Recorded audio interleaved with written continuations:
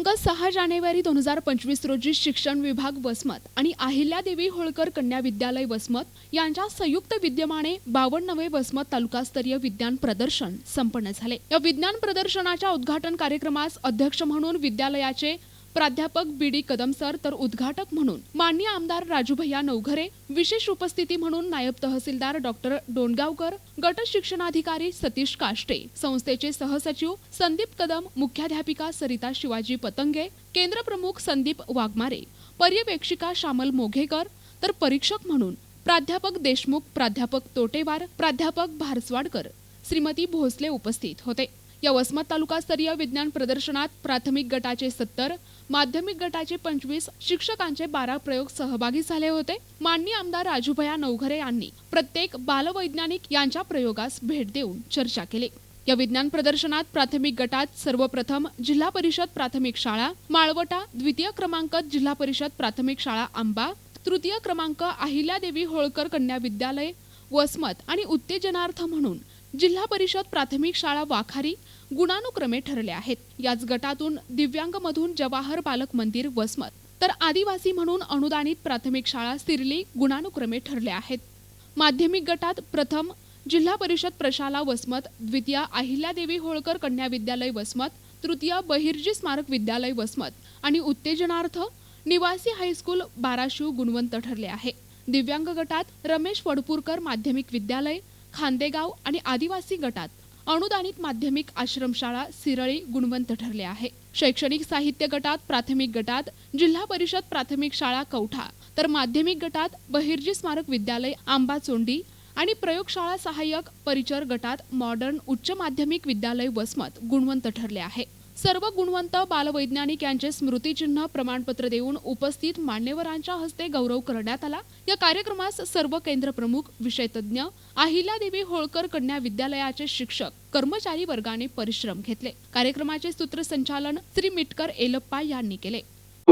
आणि त्या विज्ञान प्रदर्शनामध्ये फक्त एक किंवा दोनच वर्गामध्ये त्यांचं सादरीकरण होत असते, पण आज खऱ्या अर्थानं काष्टे सर तुम्ही ज्या प्रास्ताविकात बोलले त्याच पद्धतीनं काम झालेलं आहे। मी सर्वप्रथम आपल्या सगळ्या शिक्षण विभागाचे ज्यांनी तुम्हाला याच्यामध्ये पार्टिसिपेट झाले ते सगळे विद्यार्थी असतील, सर्व ज्यांनी मदत केली तुम्हाला ते शिक्षक वृंद असेल, सर्व केंद्र प्रमुख असतील, मुख्याध्यापक असतील, त्यांचं सगळ्यांचं खूप खूप अभिनंदन करतो की आपण एक योग्य दिशा देण्याचं काम त्या माध्यमातून केलेलं आहे। विद्यार्थ्यांच्या विज्ञानाची रुची वाढावी व बालवैज्ञानिक तयार व्हावे हा यामागचा उद्देश निश्चित आहे।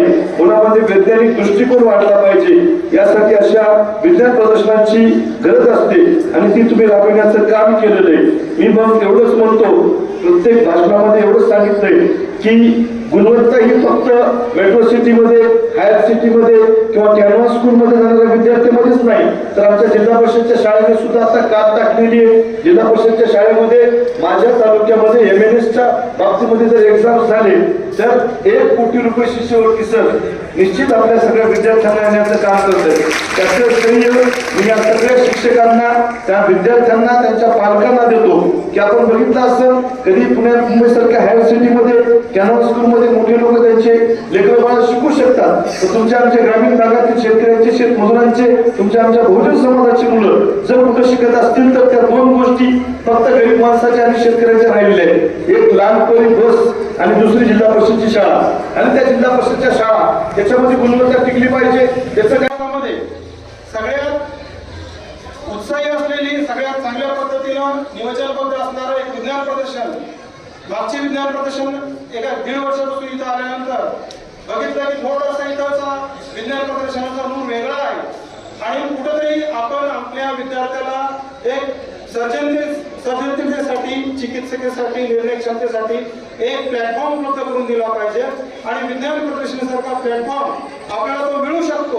आणि म्हणून एका भव्यदिव्य स्वरूपामध्ये सर्व ग्रामीण भागातल्या जिल्हा परिषद असतील, खाजगी शाळा असतील, या सर्व विद्यार्थ्यांना एक सर्वसमावेशक अशी विज्ञान प्रदर्शनी दरवर्षी तर आपण साजरी करतो किंवा घेतो एक शासनाच्या प्रोटोकॉलचा भाग म्हणून, परंतु यावर्षी तशी न घेता एक उत्सव म्हणून, एक सण म्हणून, एक सोहळा म्हणून मला स्वतः डोक्यामध्ये ती कल्पना कुठेतरी घर करू लागली आणि तिला सत्यामध्ये उतरवण्यासाठी मला कुठेतरी एक असं नाव पाहिजे होतं आणि मला साहजिकच माझ्या मनात माझ्या मेंदूत पटकन माननीय आमदार साहेब रघुवरे साहेबांचं नाव आलं. प्रतिनिधी नंदू परदेशी, NTV न्यूज मराठी, वसमत, हिंगोली.